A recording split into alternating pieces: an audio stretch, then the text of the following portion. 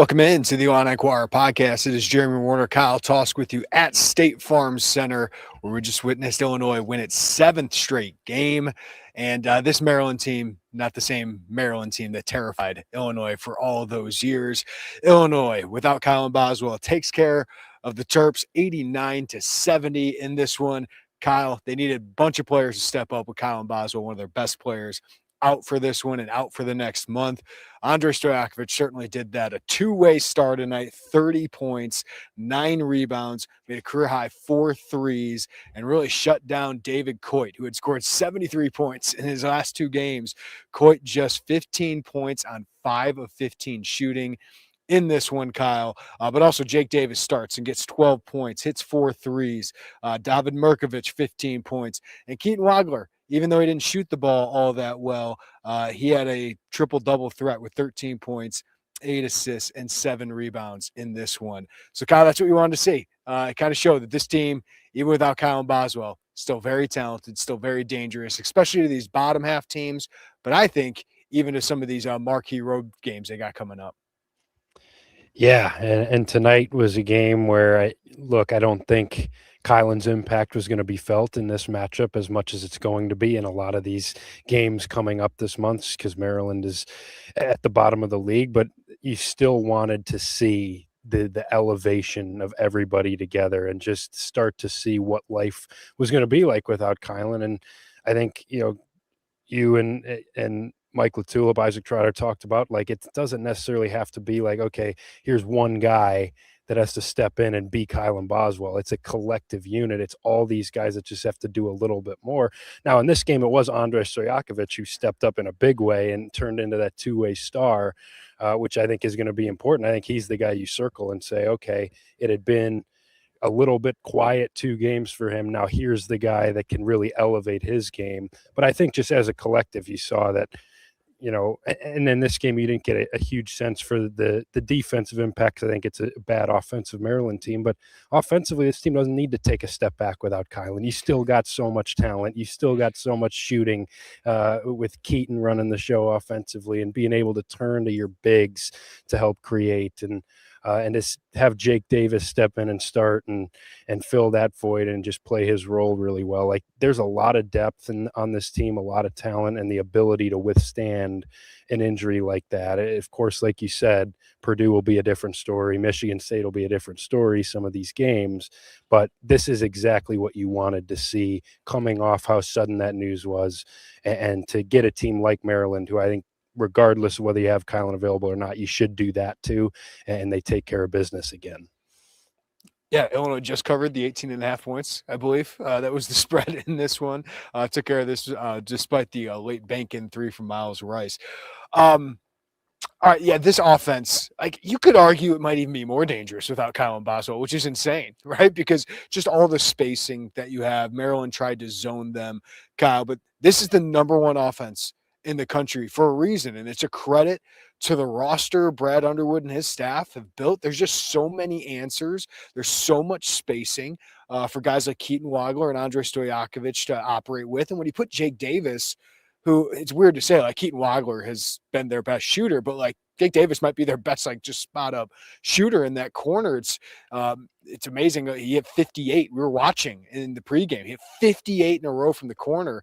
I remember when Jake Grandison made like 30 in a row, and we thought that was insane. So that was fun watching and to see it actually translate to the game.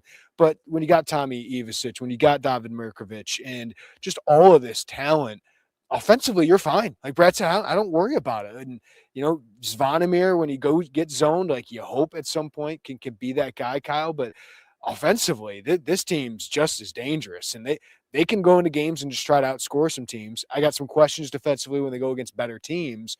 But offensively, I think they're going to be just fine.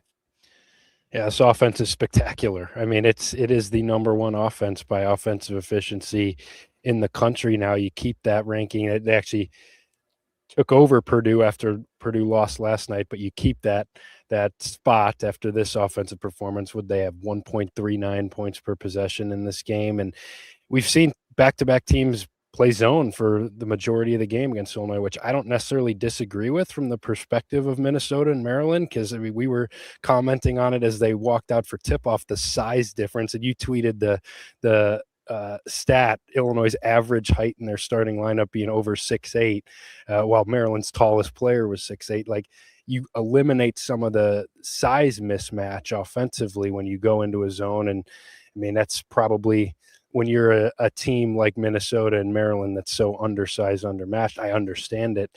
This team's crushing zone. Their zone offense has been great here in these last two games, especially after the first half of Minnesota when they started to make shots. You make 15 threes tonight, 13 against Minnesota.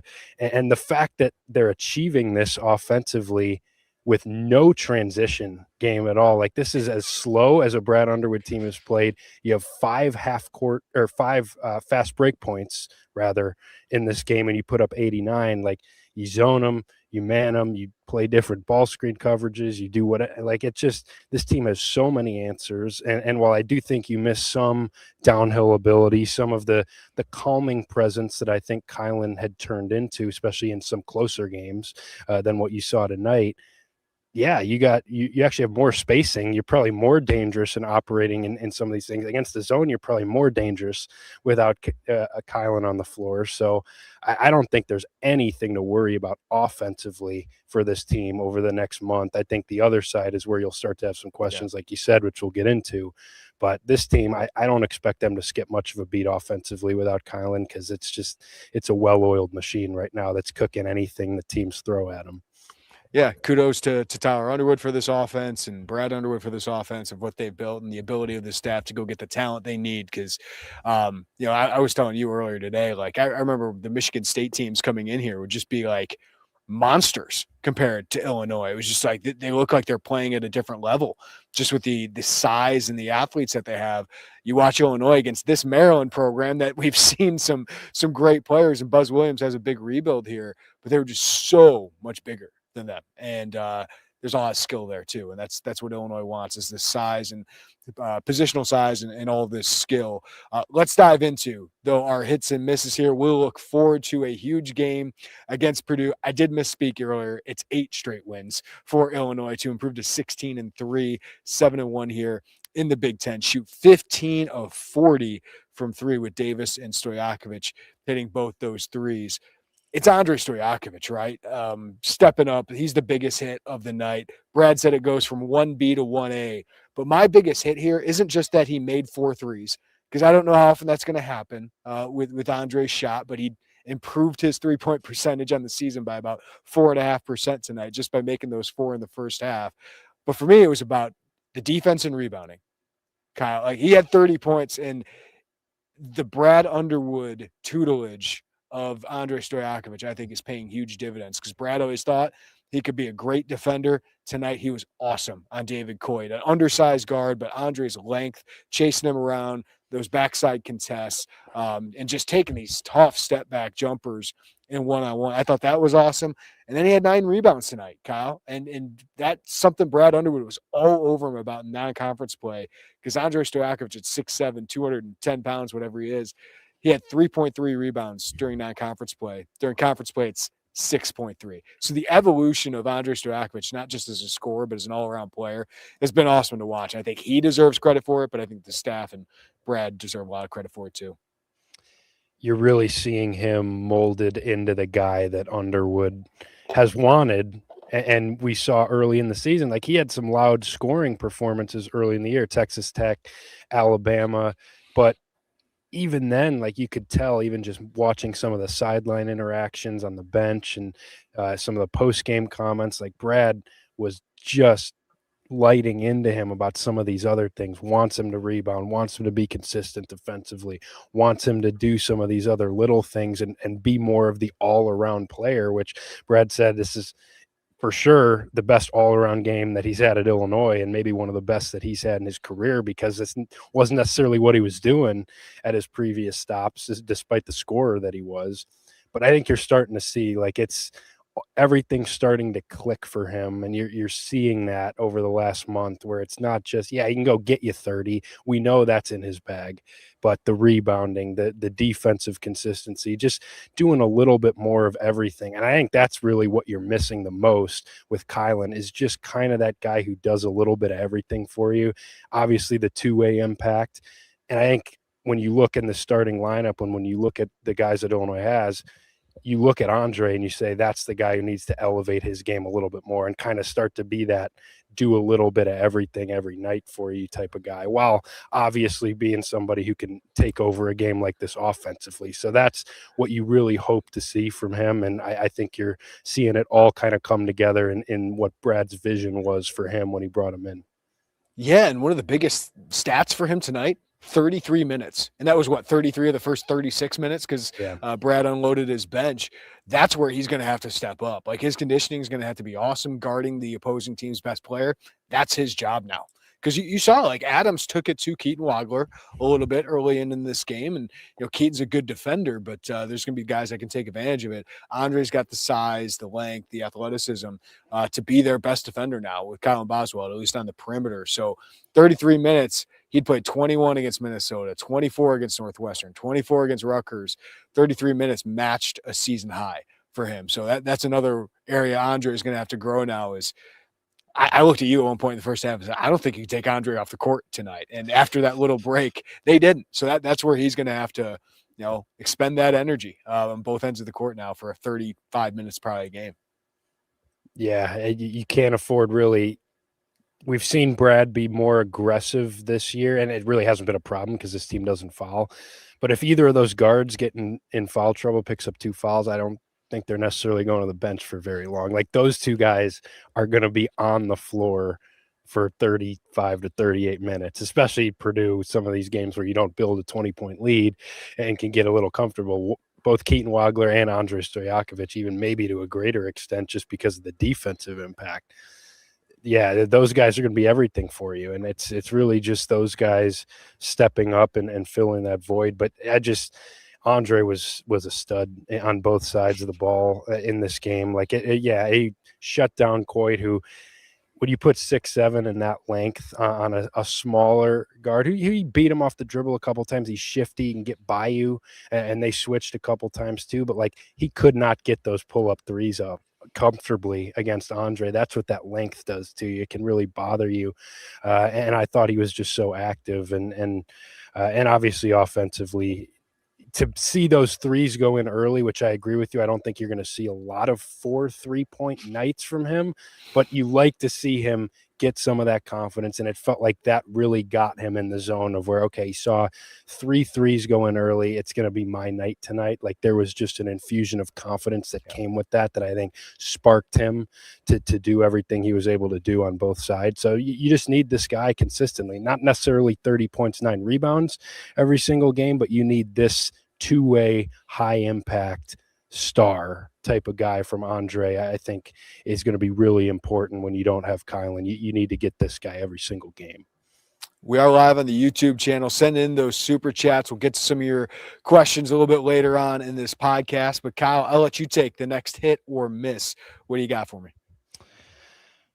I think Jake Davis deserves a lot of love because he's the guy who got the call to start in place of Kylan, and I anticipated that was probably going to be the move just because of the trust that Brad has had in Jake here recently. I mean, he's played 17, 18 minutes a game over the last month and has played that role well, but he gets the start, makes 4 threes in this game, 3 offensive rebounds. I think it needs to be highlighted, the role that he's grown into and just how well he's playing it. He's shooting 43% from 3 now on the season. Like, that's the guy you brought in for Mercer as just a 3-point specialist. When he puts up a corner 3 right now, I mean, we saw it in warmups with the 58 in a row. When he puts up a corner 3 in a game, it just looks so pure leaving his hand. Like, and he's gets so many open looks into the zone. A bunch of good looks. You throw that ball into the middle of the zone to one of those bigs, and you kick it right back out to Jake in rhythm. And I just think, I mean, you said it during the game, like just doesn't make mistakes, just does his job so well, gives you such a dangerous floor spacer around all the high usage guys that you have around him, just fits that lineup perfectly. Any lineup you play, you stick Jake in there and it's going to be better offensively because of the gravity that he has as a shooter, the fact that he's going to make teams pay if they help off of him, the fact that he can play so effectively against the zone like tonight. So I think he was a big hit tonight because he gets to call plays 24 minutes, which I think you said after the game is the most he's played in a Big Ten game since he got to Illinois. That speaks to what is needed more now of him without Kylan and the role that he's now going to step into, probably going to be that starter consistently, but also the trust that Brad has in him and the fact that he's just stepped up in a big way in the role that he's playing. Isaac Trotter always mentions the second-year jump, and this feels like it. This feels so much like the Jacob Grandison year, all right, where he became a go-to shooter in that corner and just doesn't make mistakes. Like just such similar players and so valuable to have that guy. Kyle, right now, Jake Davis is number 2 in the country in offensive rating at 150.9. He is number 5 in the country in turnover rate. He never turns it over. He never turns it over, rarely makes a mistake defensively. Brad said he's now our leader. Like he's the guy that's screaming things out. So he's just turned into one heck of a role player. And the difference between him and Ben is he just makes his shots. He makes his shots right now. I think Ben's got more to him defensively is just his length. He can protect the rim a little bit more, but Jake gives fantastic effort on the glass, especially offensively, prolonging those possessions. So he's just been elite in his role as a role player. And I'm just so comfortable and confident when he's on the court that he's not going to make mistakes and that he's going to make people better because that spacing that Keaton creates, that Tommy and David create, like Jake's the guy that can make teams pay for leaving him, to make sure those other guys have action on it. So it's cool to see him step up, keep making shots and not making mistakes. It's going to be very valuable for this team, especially while Kylan's out.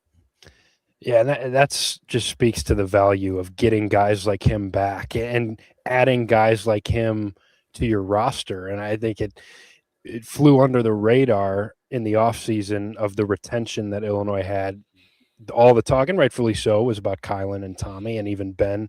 But to get a guy like Jake back, who's now been in the program for a year, who was making a big jump last year from Mercer to the Big Ten, and there was inconsistency there, and it wasn't asked as much, and just how last year's team kind of shook out.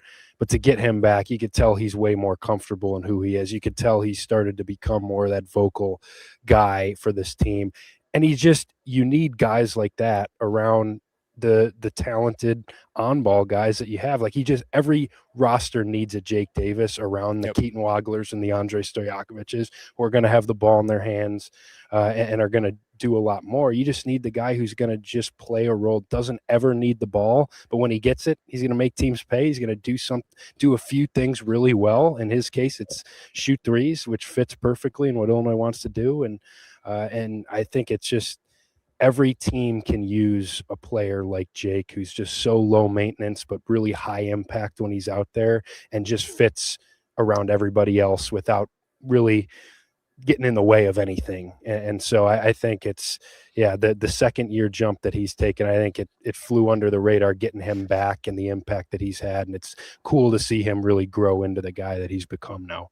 It's really important to have a guy who can succeed and thrive when he has the ball in his hands, like a half percentage of the game, like that he's actually in the game. Like he barely touches the ball, right? But he's very good at all those other things that don't include having the ball in his hands. And when he does get the ball in his hands, he gets it up quick and usually puts it in the hoop. So kudos to Jake. We'll get to more of our hits and misses, your super chats coming up next. But first, let's hear from our great sponsors. Everyone comes in the new year thinking, new year, new me. Well, here's a New Year's resolution for you. Don't stink. And that's where Mando comes in, guys. It's a whole body deodorant, safe to use anywhere on your body, from head to toe and everywhere in between. It was created by a doctor who saw firsthand how normal BO was being misdiagnosed and mistreated. It's clinically proven to block odor all day long and control odor for up to 72 hours. Mando's deodorant product options include the solid deodorant stick. That's what I go with. The formulated and powered by mandelic acid to stop odor before it starts. They also have the spray deodorant that is aluminum free and ideal for those hard to reach places. All of Mando's products are baking soda free and paraben free, and you can choose from a variety of fresh scents like bourbon leather, clover woods, Mount Fuji, or Pro Sport. Mando is clinically proven to control odor better than a shower with soap alone. Some men mask their BO with scents. Mando men get the job done right. Don't mask it, Mando it. Available in retailers near you, or head to shopmando.com because for a limited time, new customers get 20% off site-wide with our exclusive code. Use code Illini at shopmando.com for 20% off site-wide plus free shipping. That's shopmando.com. Please support our show and tell them we sent you. Mando's got you covered with deodorant plus sweat control. Say goodbye to sweat stains and hello to long-lasting freshness. All right, Kyle, let's continue our hits and misses here after Illinois' 89-70 win over Maryland. My next one's going to be Keaton Wagler's elite off night. He shot 1 for 9 from 3 after shooting, 43% coming into this game from 3. And this guy still almost had a triple-double. Brad could have let him in the last 3 minutes to try and get 2 more assists and 3 more rebounds. Understand why he didn't, but 13 points, 8 assists, 7 rebounds for Keaton Wagler tonight. I just thought his control, his decision-making was really, really good tonight. I missed some shots, probably due for some of that, but defensively he got beat a couple times by Adams, but I just thought, if that's his off night, as Brad said, sign me up. So Keaton Wagler just continues to put together one of the best freshman seasons we've seen. Yeah, that's how you know it's a superstar player, when it's a shot's not falling at all and you look down and he makes that big of an impact. 8 assists, 0 turnovers. It feels like there's always a 0 or 1 in that turnover column for him with as much as he handles the ball is pretty incredible. I thought he was just in control from a decision-making standpoint offensively. I thought he really moved the ball well against the zone. I thought it stagnated a little bit with him against Minnesota in the zone. I thought he forced some tougher shots in that game. I thought tonight he looked a lot more comfortable operating the offense in that and the decision-making. Then when Maryland went to more man in the second half, we saw him really start to cook with the ball in his hands a few times and set guys up. So, yeah, it's status quo for him. He's allowed to shoot. He's allowed to have a 1 for 9 3-point shooting night with the way he shot it recently. He scorched it from 3 over the last month and a half. This night is going to happen to every player, but there's not a lot of freshmen out there that are able to put a 13, 8, and 7 performance together when that night eventually does come. For a lot of them, it just wasn't his night tonight. Didn't really see him, just struggled. That's never the case for Keaton. It's never been the case really since UConn, right? Since the UConn game, there has not been one night where we've sat here after a game and said, man, Keaton really just did not make much of an impact in this game. And that's incredible for a freshman with his usage, with his responsibility. It's incredible. And it just speaks to, as we've talked about 8 million times, the maturity, poise, comfort he has at this level is pretty remarkable. In Big Ten play, 8 games, 41 assists, 15 turnovers. 15 turnovers in 8 games when you're the point guard, averaging 34 minutes per game. All right, Kyle, what else you got? Thought the starting front court was solid in this game. And you look at David Mirkovich's night, 15 points, 9 rebounds, 3 assists. Really good line. I thought it was kind of a full David Mirkovich experience game a little bit. You throw 3 turnovers in there. There's some defensive things. Brad Underwood was in his ear a few times, and they were going at it a little bit for some things. So I thought there was, and just like the Minnesota game, there was some ups and downs there. You look down, though, at the end of the night, really productive. The rebounding consistency from David has been really impressive and needed for this team. I think he's brought that pretty much every night. But Tomislav Ivicic as well gets 7 rebounds in this game. We saw him turn into a little bit more of a playmaker, playing in the middle of that zone, 3 assists. 9 points, hits 2 threes, nothing spectacular from an offensive perspective, but I thought those guys just did their job, really moved the ball well, and were really useful, flashing to the middle of that zone and getting it moving, finding shooters. And that's just such a weapon to have against the zone, to have 2 bigs who can play make like that. And we saw that a little bit tonight. I thought both those guys played a solid game, with the exception of a few mistakes here from David. I thought overall both those guys were pretty good. Yeah, you get 24 points, 16 rebounds out of those guys, and Tommy 1 turnover, 6 assists between those 2 guys. I thought really good game, except for David's decision making at a couple points wasn't great, but I'll deal with that with a freshman that's given me 15 and 9 in this game. So David continues to just shine as well as a freshman, and Tommy, I think, is just getting into his rhythm. I really do. I think he's getting into a rhythm now. He's confident. He just would have made his last 3 that was open, kind of rimmed out. That looks like a great line for Tommy Ivicic tonight. Let's get to a miss. His brother, Zvonimir, was finally, I was waiting for when's the roller coaster going to happen with Zvonimir. Well, it happened tonight. He was 1 flagrant away from getting kicked out. I thought he might get one in that last stint. Yeah, so we learned that today. I looked at Derek Burson at the sports information department. I was like, his second flagrant one, does that mean he's kicked out? He's like, no, but let me go check. So he checked with the scorers. He's like, no, it's 3 flagrant ones to get kicked out of a game. So basically halfway to fouling, or more than halfway to fouling out. So, just unnecessary stuff from him, pushing and shoving and stuff like that. He needs to stay on his feet. He's really struggling to stay on his feet when he rebounds. But I think Brad, he said afterwards, he really wanted to try that double big lineup, the double Ivicic lineup, but he wasn't able to because Z had that flagrant foul, had 2 fouls in a minute and 15 seconds or whatever it was, and you just weren't able to try that out. So hopefully you have it against Purdue. Hopefully Z is locked in against that one because you're going to need that double big lineup. So that was a big miss for me. Was Zvonimir just did not bring it tonight. The focus wasn't there, and that roller coaster we were kind of expecting this year hadn't been that way. It was just good Z play for a while there, Kyle. Tonight was the downside that we saw from his other stops.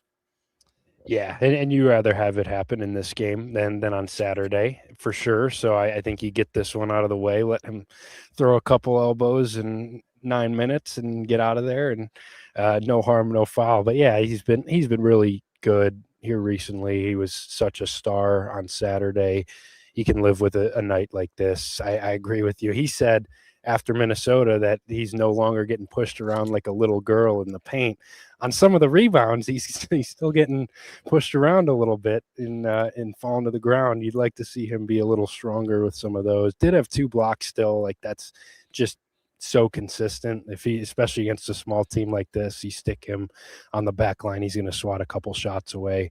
But yeah, just didn't give you anything offensively. Picked up 2 fouls in his first minute 15 of game time in the first half, including the first flagrant, and then went to the bench for the rest of the first half, so much so that Brad Underwood went to Jason Jaxtis for some first half minutes in this game to when Tommy came off the floor at the 5. So can't afford to have that in some of these bigger games, but it was bound to happen at some point. I think he brushed this one off, and Z's been so impactful. It's not much of an impact. You're going to need him defensively, though, because without Kyle, and Andre's got to step up. But who's your other really good defender? It's Zvonimir with his defensive impacts. You're going to need that. My other miss, man, Mihailo Petrovic. Yeah. This is why kind of yesterday's podcast we fought back, and Isaac and Mike both kind of said it too. This wasn't a Kylan's out, just insert Mihailo Petrovic, because this team doesn't need offense. They don't need it. So he needs to be good at these other things. And he gets in the game, missed both his shots, one at the rim. I thought he forced up a 3-pointer. And defensively, he got lost and gave up a wide open 3 to Maryland. So he only played 4 minutes, all in the first half, did not come in the game late in the game. And that was really interesting. This is a fringe rotation player. And Kyle, there's times when, say, somebody gets in foul trouble or you need a spark offensively, that's where Mihailo comes in. Otherwise, what he supposedly does well, which is offense over in the Adriatic League, they don't need it a lot. So I get why people are asking, why isn't he playing? Because they don't need it. With his skill set, they don't need right now. So only in those circumstances where the offense, the number one offense in the country, is not performing efficiently or gets bogged down or somebody gets in foul trouble here. I don't know. He's a fringe rotation player. And I think it was a bad matchup tonight, too, against Maryland, because I just don't think he's really the answer against the zone. Like, it takes away kind of what he does best, which is turn the corner off those ball screens and playing pick and rolls. Like, against the zone where you're looking for shooting and you're playing through the bigs a little bit more. Like, I just don't think he's necessarily the greatest matchup for that offensively, unless against Minnesota you understood it a little bit more because it had gotten so stagnant and there wasn't enough movement, which is why I was surprised Minnesota took the zone off when he came in the game. But that wasn't an issue for Illinois tonight. Moved the ball great, got great shots. Like, I think you saw, like, it didn't really give you much offensively, forced a shot, and then it was egregious, the mistake he made running back, gave up a wide open three because he just didn't know who he was guarding, just didn't pick anybody up. And I think that's kind of where you saw the short leash for him, because there is little margin for error for a guy like that when you have the guards you do, and when you have the rest of these guys. Like, I understand the fact that people say, like, well, he hasn't gotten a chance to get into a rhythm, and it's unfair to judge him based on these 3 and 4 minute stints. I agree with that. I think ideally for a guy like him who has the ball in his hand so much, you give him 15, 20 minutes, let him get going a little bit. This team can't do that. This team can't do it. Yeah, that's the thing. This team can't do that with the guards that you have in front of him, even without Kylan, because of the way Jake's playing and the way he fits better offensively when you're playing through Keaton more. Like, that's the one thing with Mahalo is I understand the inclination to say, okay, we lost a guard. We have a guard who hasn't played that much. We'll just insert him in there to fill in a lot of that spot. But that's not really what you're missing with Kylan, because you have Keaton as that on-ball guy. So it's not, Petrovic isn't going to be effective playing off the ball. Like, you'd much rather have Jake Davis, or you maybe even much rather have Brandon Lee as a guy who's just, gives you more defensively and can play more alongside Keaton. So I think you saw tonight why, there's a reason that he has played as little as he has. Like, these coaches, they watch him every day. They've molding this team every day. Like, there's no vendetta against Mahalo Petrovic. It's what's best for the roster to maximize the offensive upside. And it's not what's needed right now. And I feel like we're harping on this like every time, but it's because we see the questions the fan base has. And I get it from the fan base. You expected this guy to be a major part of your team. So did Illinois. They invested in him like that, right? But Keaton Wagler is just too damn good. He's too damn good. And now Andrej Stojakovic is playing well, and Jake Davis is playing well, and offense isn't your problem. And that's what Mahalo would bring, is that he would bring offense, and they don't need it right now. They're the number one team in the country offensively. Anything else you want to hit on? Hits or misses with this game before we move on to Purdue? I don't think I have anything else. Yeah, I don't either. If you want to send in your super chats, you can send those in. But before we talk about the big game at Purdue, let's hear from one of our great sponsors again. Guys, I know you're hitting the gym hard to start the new year, but you have to fuel those gains. And starting the year strong is easier and way more delicious with premium portion proteins from Omaha Steaks. Stay satisfied, get energy, fuel your routine with premium pre-packaged protein delivered right to your door from Omaha Steaks. And it's not just fuel, this is delicious experience, guys. From handcrafted USDA certified tender steaks to gourmet burgers, some of the juiciest you'll have, versatile chicken and pork and more. They have an unmatched variety of high quality proteins that everyone loves. And right now, you can taste the difference and get an extra $35 off at omahasteaks.com with promo code Illini at checkout. Omaha Steaks sent me a box, guys, and I tell you, the burgers are some of the most delicious you'll have. It's really, really tender steak, and they tell you how to prep it, how to cook it, so that you cook it the best way. So let Omaha Steaks deliver high-quality proteins right to your door. Visit omahasteaks.com, get an extra $35 off with promo code Illini at checkout. That's OMAHA steaks.com, promo code Illini. Terms apply. See site for details. All right, Kyle, now it is a huge test of what Illinois is without Kyle and Boswell as you go up against potential Big Ten Player of the Year yet again, Braden Smith, probably him and Yaxel Lendenborg for the top there. But Purdue coming off a loss at UCLA. They did not play well in Los Angeles. USC, they barely beat. And UCLA, they lose on that last second shot by Tyler Bilodeau. UCLA is a good team. I just kind of was waiting for them to look like a good team. Donovan Dent really playing well here recently. So big loss for Purdue. They're going to be fired up playing a number 11 ranked Illinois team without their go-to defender. So guarding Braden Smith, guarding the number 2 offense in the country, going to be a very big challenge, Kyle. I know this is going to be your first trip to Mackey. That place is an extra person on the floor as it is. That is the most intense atmosphere in the Big Ten right now. So great challenge for Illinois, but man, they should be playing free. This is really, you took care of business on this entire stretch as we zoom out here. You're 7-1. Like you took advantage of this stretch of Big Ten play, 6 straight Big Ten wins here to set yourself up for a huge game in the Big Ten title race. Yeah, humongous. I cannot wait to experience Mackey for the first time.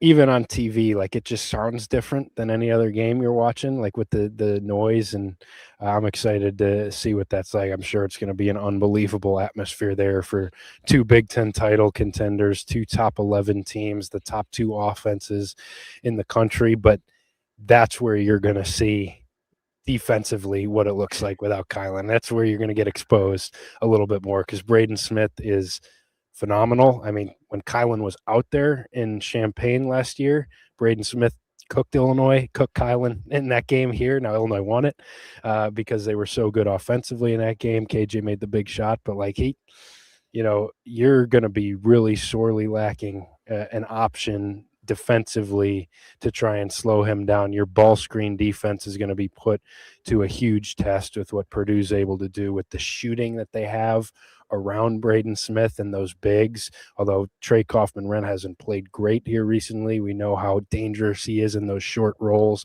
And then you got Fletcher Lawyer in the corner, in one corner, CJ Cox in another corner, 2 elite shooters. Like it's a really, really tough matchup. And they've addressed the front court a little bit more this year too, with Oscar Clough, who is a monster on the glass, one of the best offensive rebounders, if not might lead the Big Ten second in the Big Ten, second in the country in offensive rebounding rate across the season, second in the Big Ten during conference play. So it's a dangerous team. That said, they have gone through a little bit of a rougher patch here recently. Not to say that they've lost a bunch of games. That UCLA game was their first conference loss, but 5 straight wins by single digits. Only beat Penn State by 8 at home. Only beat Washington by 8 at home. Iowa gave them a real run there at Mackey.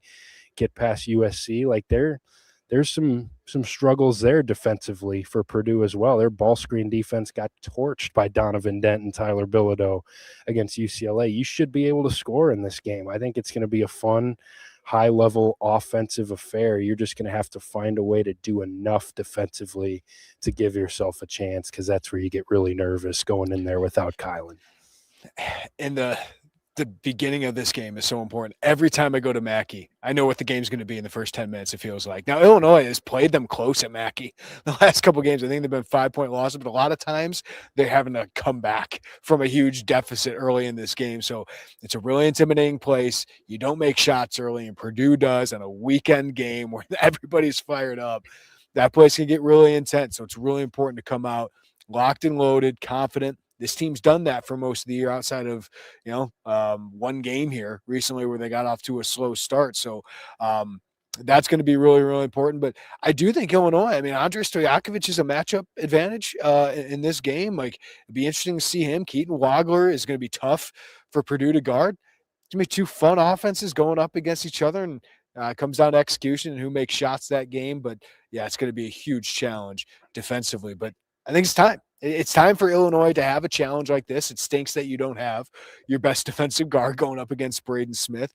I don't think anyone's expecting, Illinois to be the favorite here, but Ken Pom has Illinois as a 3-point underdog going into Purdue. And Kyle, if you win this one, all of a sudden you're like, okay, this team, even without Kyle Boswell, can do enough to stay in the Big Ten race, do enough to stay in the race for a top 3 seed in the NCAA tournament. So I think it's important just to get one of those road games coming up here with Purdue, Michigan State.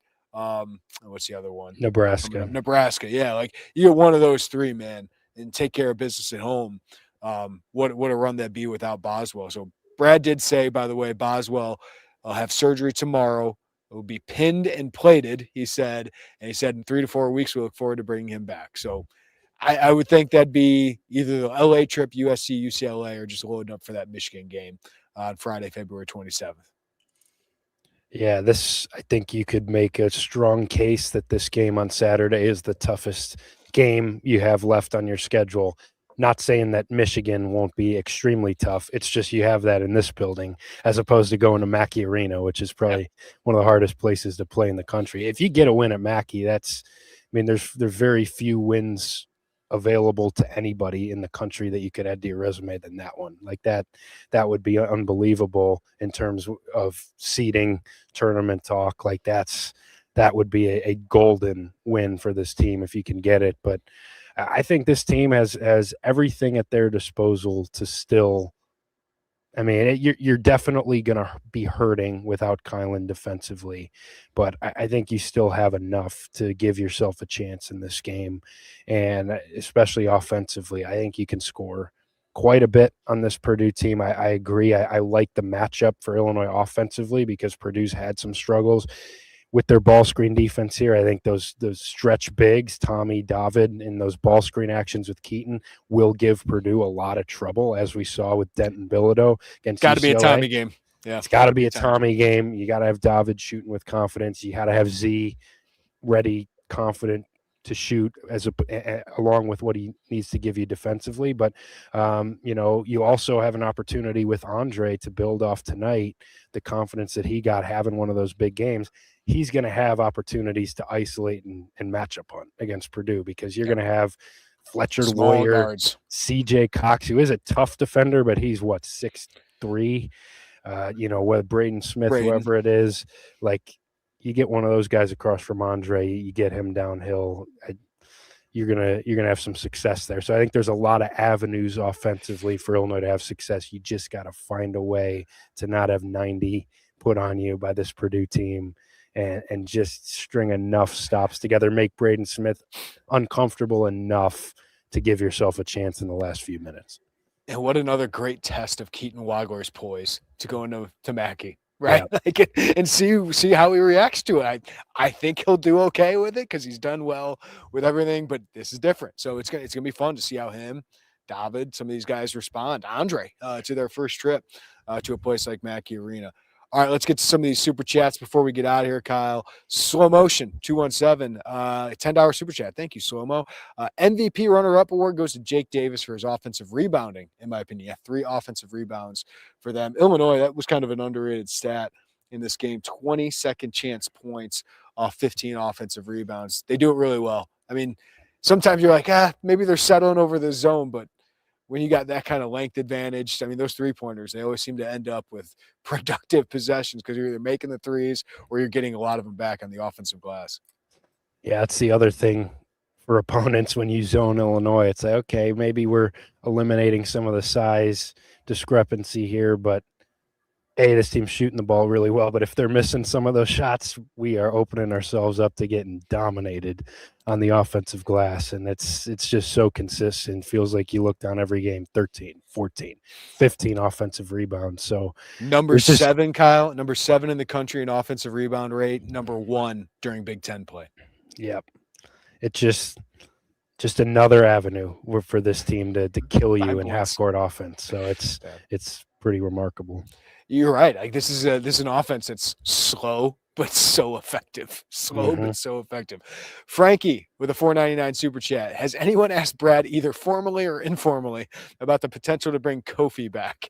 Yeah, with all these G League players being able to get into college basketball, at least for the moment, Kyle, with these temporary restraining orders and all that, it's a crazy time. From my understanding, Kofi's clock is out. Right, like that's the biggest thing is Kofi could have had 2 more years of college because of the COVID year. He could have made a lot of money doing that. I wonder if it would have been at Illinois, but we were actually having that conversation for the game. Georgie, the same thing. His clock would have been run out, but who knows? Are there rules anymore? But no, I do not envision Kofi Coburn coming back to Illinois. Plus, like, this sounds crazy, Kyle. I know what you're Kofi gonna was an say. All-American. Yeah.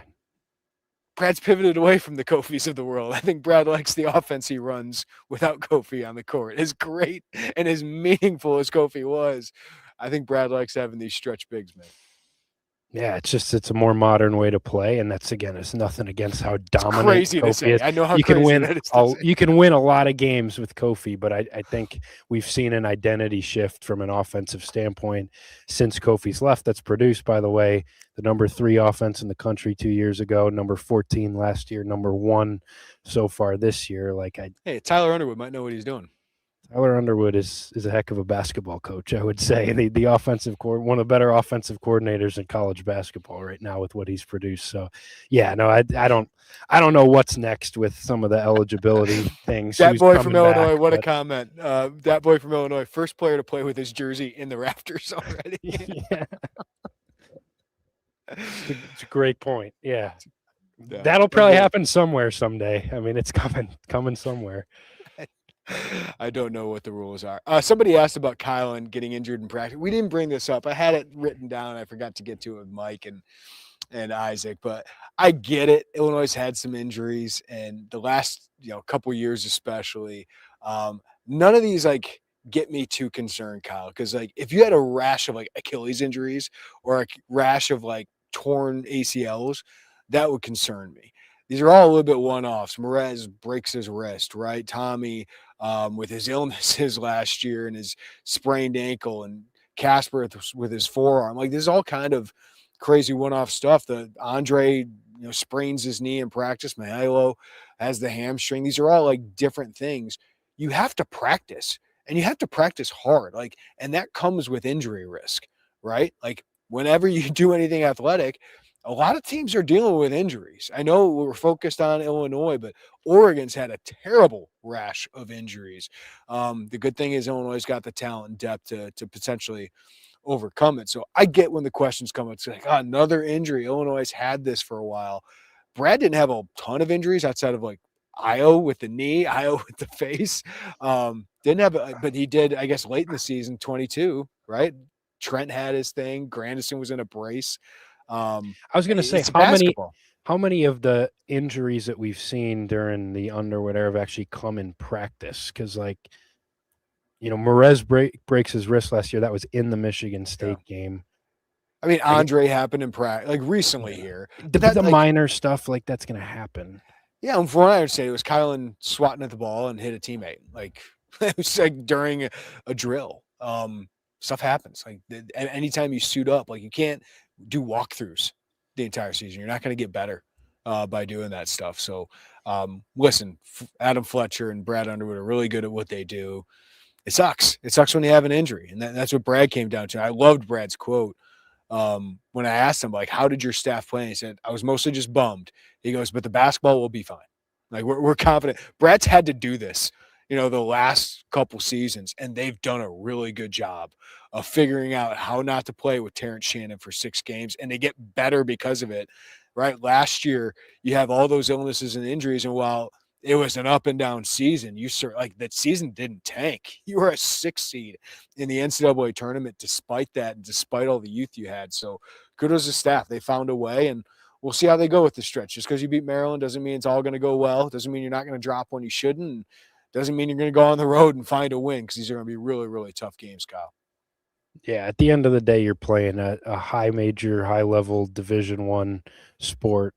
There's injury risk in doing that, and at competing and putting the product on the floor that Illinois is putting on the court. You're not doing that by just watching film and going through the motions of practice. You're competing. You're establishing things. That's every elite team in the country. I mean, you look at Tom Izzo's practices. Those guys aren't patting each other on the back, and those are tough. I'm not worried about that. Like, it's going to happen. You're going to have an injury here and there. It's unfortunate. It's unlucky. It's a fluky thing. Like, to break your hand swiping at a ball, fracture bone in your hand. Like, I don't know what you're supposed to do to prevent that. Like, it's unlucky. You're playing basketball and a freak thing happened, and it's unfortunate.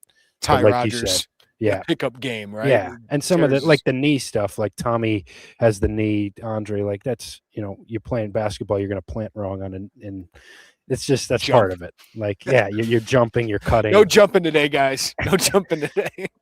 There's injury risk in college basketball, and Illinois had some, but you've still been fortunate to not have any super long-term, like season-ending stuff that could derail a season. Like, it's been shorter-term stuff where, yeah, you got to survive a stretch.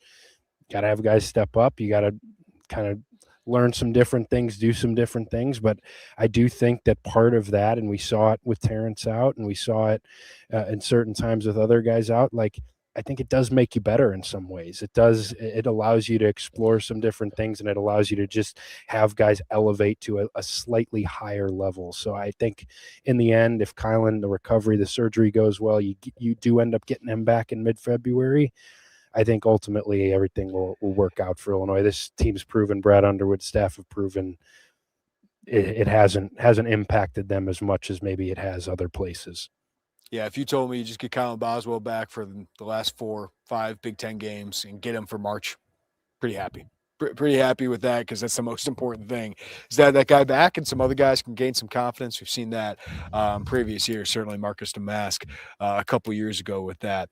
All right, we appreciate you guys all for tuning into the live post-game show. Hit that like button on your way out of the YouTube channel. Hit subscribe, hit the notifications bell. We really appreciate you guys tuning in with us. We appreciate the super chats from a few of you guys.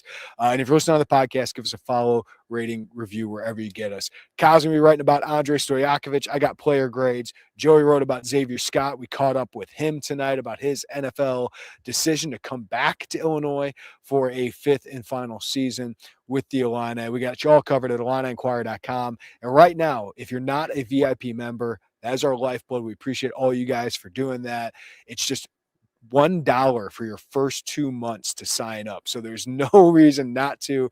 That takes you through the start of the NCAA tournament. So sign up now, just $1 for your first 2 months at Illini Inquirer. But for Kyle Tausk, I'm Jeremy Werner. We appreciate you guys listening to the Illini Inquirer podcast. Give us a follow, rating, review, wherever you get your podcasts. Everybody have a great night. Take care of each other. We'll talk to you next time right here on the Illini Inquirer podcast.